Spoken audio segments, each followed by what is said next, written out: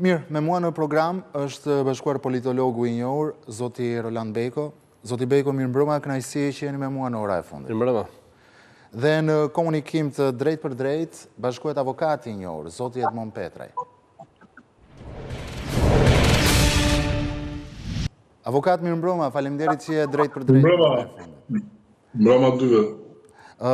Beko, dua ta nis me ty fillimisht këtë diskutim. Ka ndruar jetë në moshën 73 vjeçare, zoti Fatosnano ish kryeministri I vendit I larguar prej kohësh nga politika. Doja të dija mendimin tuaj si politolog për rolin dhe historinë e tij në politikën shqiptare. Së pari shprehim ngushëllime familjes, gjithë të afërm të tij, edhe miqve dhe socialistëve që e kanë dashur Fatosnanon.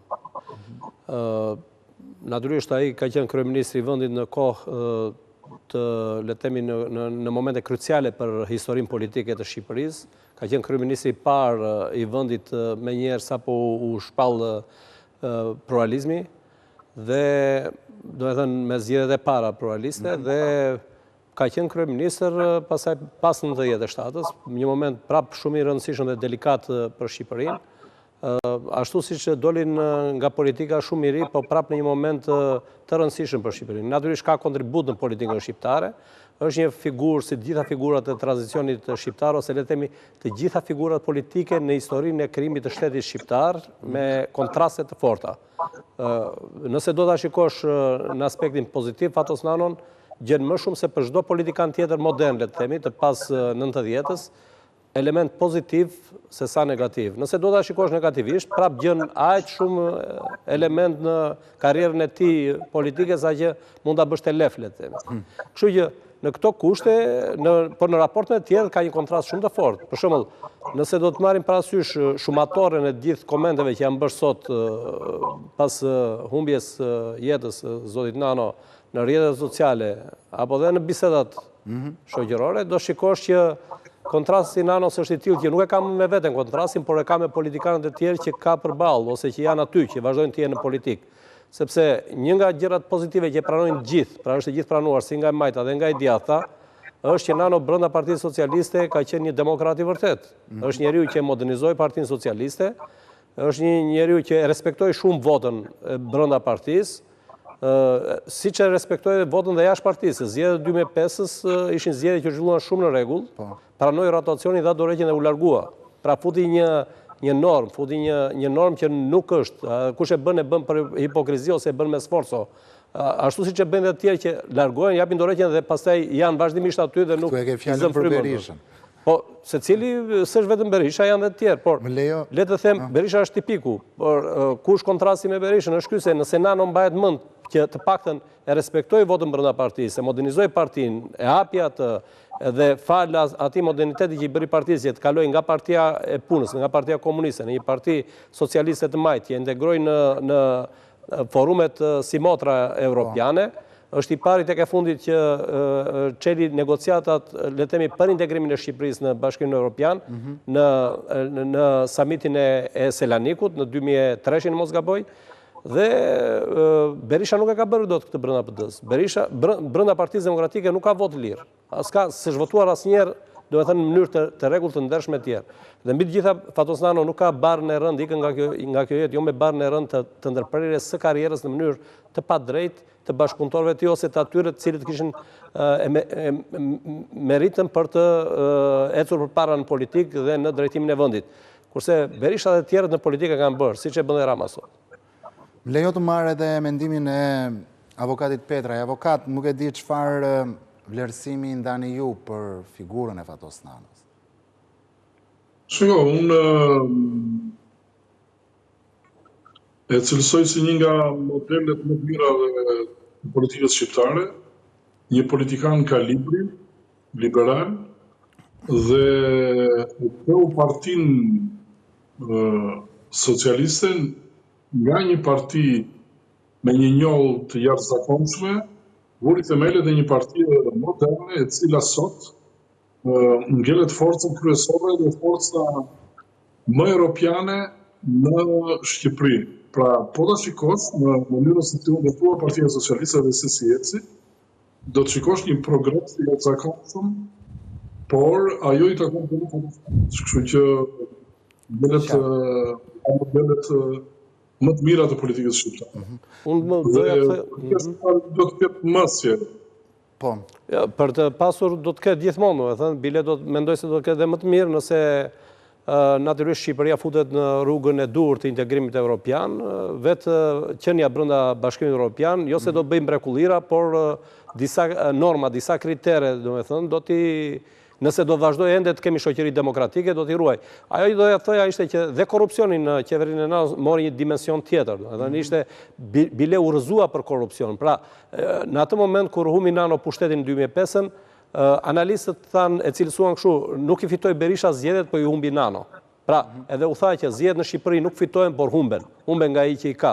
Për shkak të korrupsionit të madh që pati qeverisë. Lejo të ndaj me ty edhe një tjetër ngjarje me ju së bashku në fakt. Mund të ndryj pak sepse 2005 ka vendosur themelet e asaj për të cilën po vazhdon sot qeverisja në Shqipëri. Fatos Nano, i vetmi gabim që ka bërë në kohë është 2005 ku ai nuk arriti të bënte një hap prapa dhe kishte përballë edhe kundërshtarët e vet politik brenda Partisë Socialiste. Të mendosh që atëherë Edi Rama, Hoxha Gdhima, Ilir Meta, Dritar në Prifti, e një grup të goxha të konsiderueshëm brenda Partisë Socialiste u bën kundër Fatos Nano dhe luftonin, bashkëpunonin me Sali Berishën për të rrëzuar Fatos Nano. Dhe kjo dihet, ajo e cila u vendos atëherë, po vazhdon edhe sot. Do rri unë 8 vjet, tha Berisha, merreni ju mbajeni sa do.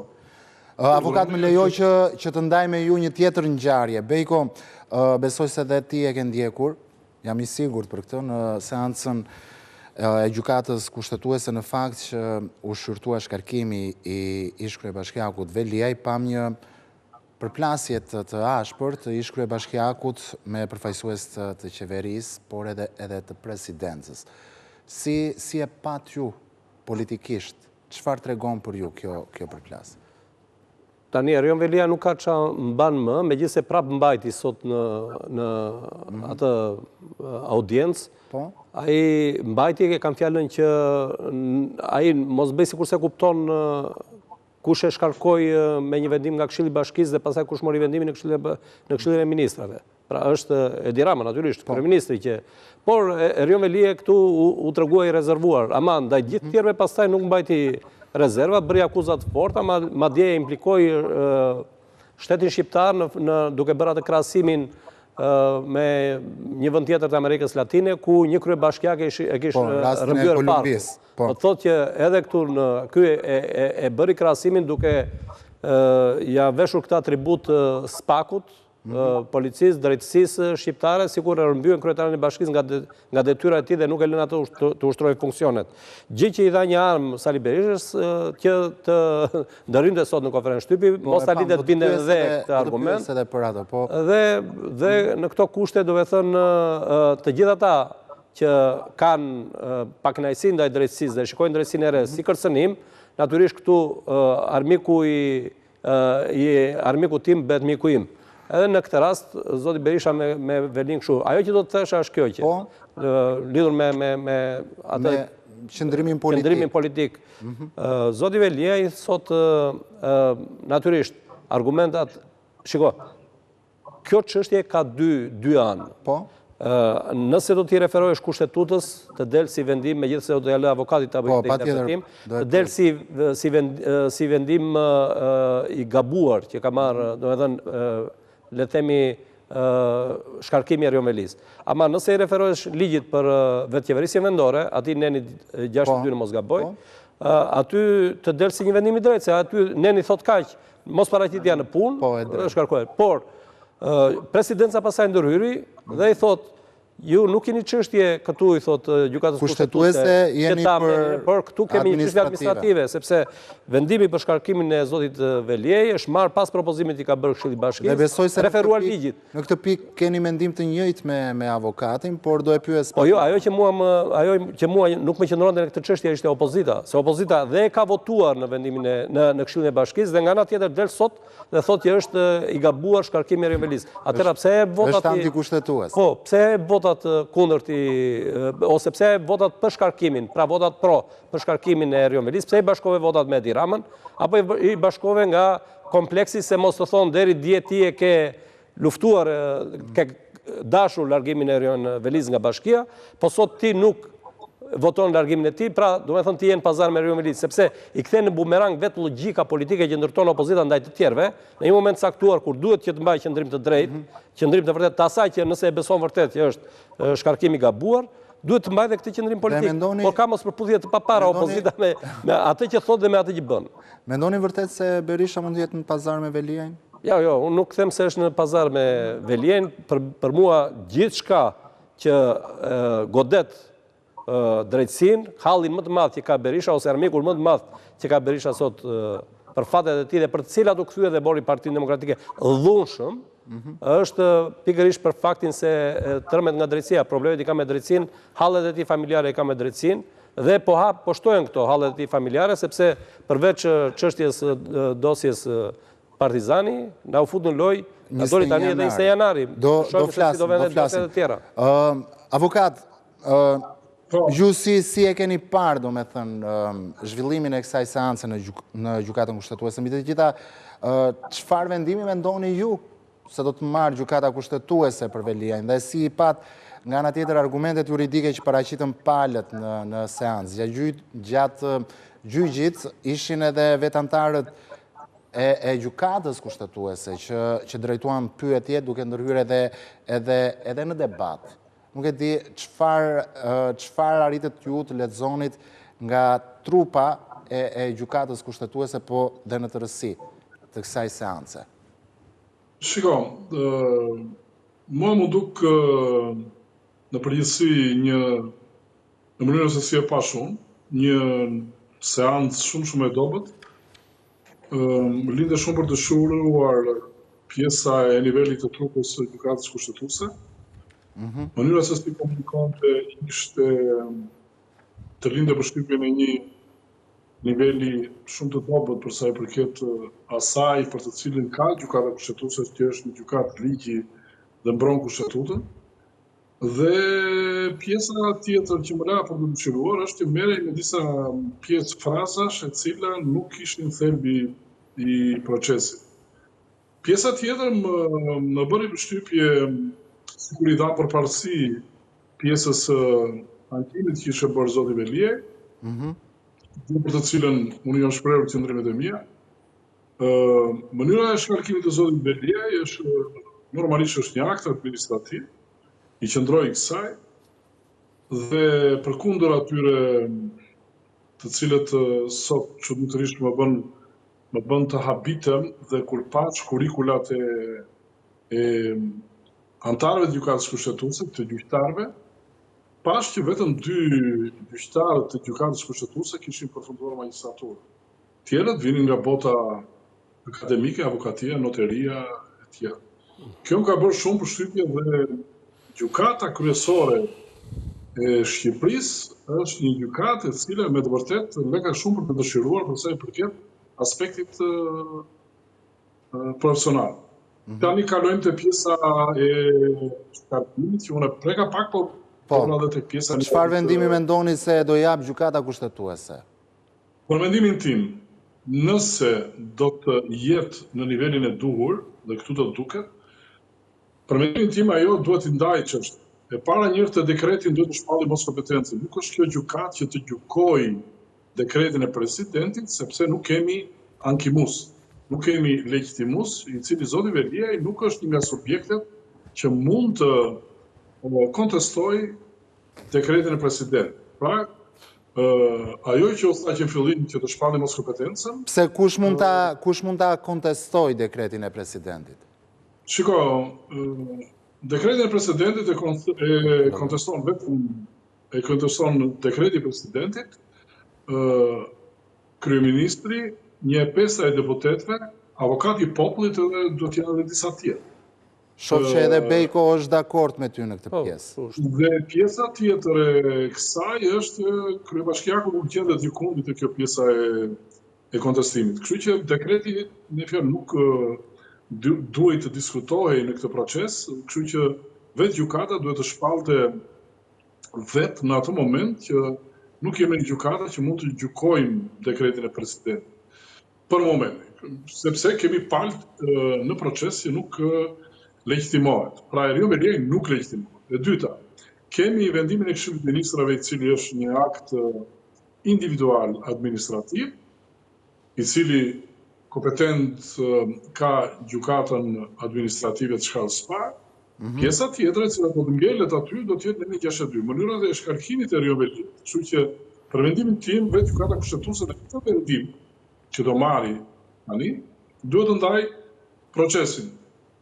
Dekretin duhet ta shpalli mos legitimitetin e zotit Veliaj për të kundërshtuar dekretin. VKM duhet ta ndaj dhe ta çojë, nuk jemi ne gjykata kompetente që mund të gjykojmë këtë akt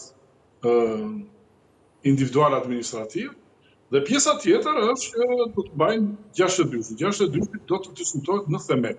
Dhe aty pasaj ngelet që Eriu Meliaj është shkarkuar drejt apo jo për asa. Ai do ta fitojë me nenin 62, por Eriu Meliaj nuk është më kryetari i Bashkisë Tiranës, sado që çdo lloj vendimi të marrë gjykata kushtetuese, që nuk është një vendim i zbatueshëm, nuk është siç janë elementet e tjera, siç kanë fuqi gjykatat e tjera. Kështu që është diçka krejt ndryshe. Për mendimin tim, nëse do të kemi një interpretim ndryshe të asaj të cilët është folur në studio, vazhdimisht duke i dhënë dhe leksione gjykatës kushtetuese, çuditërisht kur pam sot dhe kur pash dhe kurrikulat, sinqerisht më erdhi shumë keq. Sinqerisht edhe ja u shpreh edhe në një bisedë konfidenciale me juve. Të erdhi keq për nivelin e antarëve të gjykatës kushtetuese. Por Bejko,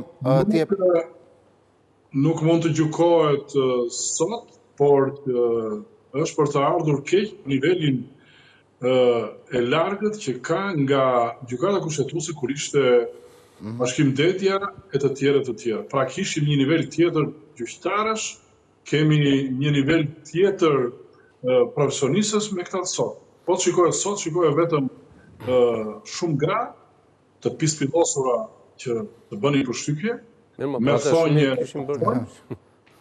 ishte sinqerisht mua më ka bërë përshtypje. Kjo është mendimi im, nuk qartë. Bejko ti dekadenca, do të thënë një dekadencë e tij në çështjen e jo vetëm të aspektit moral, por edhe të aspektit profesional e vëmë re në gjitha institucionet e shtetit shqiptar, pra kemi një regres. Kështu që unë nuk e njoh në rastin konkret dhe si gjykoj dot antarët e gjykatës kushtetuese, megjithëse e thon një profesionist, bëj lidhjen që edhe në institucionet tjera në këto nivele kemi arritur. Shiko nivelin e parlamentit, shiko nivelin e qeverisë, shiko nivelin e institucioneve tjera dhe pastaj e përmende pak Bejko ngjarjen e 21 janarit apo prezencën e Bashës në këtë institucion. Bashës nuk e kam zënë gojë akoma, po e thatë ju. Mirë, unë e thash, po 21 janari pikërisht nga Basha përmendet tani kohët e fundit, por dikush do thoshte që personat në hetim thirren në SPAK në orët e paradites, ndërkohë që zoti Basha u thirr në mbyllje të orarit zyrtar në orën 16. Shoh që buzëqesh, por në fakt prej kosh Basha ndodhet në gjumë politik, por a është ky rasti që Basha të zgjohet për të fundosur Berishën? Në fakt, thirrjen e ka bërë SPAK-u dhe unë nuk mendoj se SPAK-u mendon politikisht dhe as ndjek agjendën e individëve se kur çohen nga gjumi dhe kur flën. Ajo ka agjendën e vet në bazë të orarit e nëshuar. Natyrisht, mund të ketë edhe ndonjë kështu që ja rekomandon që nga aty brenda në ato që merren me punë administrative që i thotë, shiko personi tjetër është më i disponueshëm para ditës se sa mbas ditës dhe na sjelltas. Kështu po. Sa për gjumin politik pastaj, me sa kuptoje, me sa kam parë, sikur s'është më në skenën politike, pasi nuk mori dot votat për të qenë deputet, e shoh që merret me punët e veta. dhe mirë bën. Tani futemi në temë. Basha është thirrur në SPAK, ne nuk e dim çfarë ka diskutuar aty, fjalë gazetarësh ka, janë hedhur, ka dalë dje në qarkullim në media. Është e qartë që është thirrur për çështjen e 21 janarit, por nuk e dim tani nëse Basha është thirrur aty sepse del si implikuar, apo është thirrur aty në atë që në statusin që u tha, në statusin e dëshmitarit, e personit që kishte djeni. Po. Ajo që mund të them unë tani është kjo që zoti Basha mendoj që duhet të thotë vetëm të vërtetën. Sepse ne vërtet mund të mbajmë qëndrime politike të ndryshme nga zoti Berisha, mund të jemi kundërshtar me të dhe jemi kundërshtar me të, në sensin e asaj që ne kërkojmë për Partinë Demokratike dhe asaj që ai bën për Partinë Demokratike duke mbajtur peng. Por ne nuk kemi për të thënë që hajde të nxjerrim minatet dhe të cilëmi ndaj zotit Berisha siç u soll ai ndaj tjerëve. Pra, megjithëse Berisha e goditi dhe s'la gjë pa thënë për Bashën, shpifi, gënjeu, ushtroi dhunë, e bullizoi, do me thënë s'la gjë pa thënë për Bashën, i kërkoi dhe burgu madje për çështjen me Gonigal dhe financimin rus, që të ashtu quhet financimin rus të para disa vite. Për lobimet. Në këto, unë nuk them që Bashës i erdhi rasti tani dhe duhet të akmere ndaj zotit Berisha. Jo. Basha duhet jetë aty, as të mos bëj, do të thënë atë që thoshte që bëri në politikë, që thoshte unë jam pengu i minjojës ndaj zotit Berisha dhe nuk dalë të ndeshe me të, dhe morin qafë edhe partinë dhe ata që më mbështesnin, dhe ata tek e fundit që mbronin një të drejtë. Apo thua të thotë të vërtetën për të mos marrë veten me qafë? Jo vetëm veten në qafë, nuk është puna vetëm çështje personale, se për veten natyrisht ai do ta shpëtojë veten e tij nëse ai duhet që e vërteta thuhet, për të shpëtuar veten ai do ta bëjë këtë gjë. Po nëse e vërteta fundos Berishën, edhe ky nuk do ta përcjell të vërtetën, por do zgjedhë një rrugë të mesme për ta leksuar Berishën, përsëri do gabojë këtu, sepse do gabojë në raport me do gabojë në raport me drejtësinë dhe në raport me vendosjen në vend të nderit, ose le të themi të një drejtësie të një krimi të madh që është bërë, sepse janë vrarë 4 qytetarë. Dhe fundit është që zoti Basha duhet ta thotë të vërtetën, sepse ndoshta kjo e vërtet do ta ndihmojë ndoshta atë politikë, unë nuk e di çfarë qëllime ka ai, do të rikthehet apo jo në politikë. Por mbi të gjitha është dhe një detyrim moral që ju ka të gjitha atyre të cilët e mbështeten zotin Basha. Dhe për të cilët ai nuk i mbështeti, i la, i braktisi, sepse ai duhet i mbështese pikërisht duke thënë të vërtetën, jo sot, por kohë më parë, sepse po të thoshte të vërtetën, s'kish nevojë as të klithte ndaj zotit Berisha, as të merrte kokën e dashit për të luftuar zotin Berisha, as të dilte të shpifte ndaj zotit Berisha siç bëri zoti Berisha për të. Mjafton që ai thoshte të vërtetat që ai di në politikë dhe në raport me zotin Berisha, do të kishte fituar çështja, kauza për cilën dolën jo pak burra dhe gratë të ndershëm. Si shikoni rolin amerikan në ngjarjet e 21 janarit, në një ngjarje e shekullit është krahasuar? Kjo ka të bëjë dhe me vetë fatin e zotit Basha. Nëse materialet kanë ardhur të zbardhura nga Shtetet Bashkuara të Amerikës në SPAK, zoti Basha del i pastër.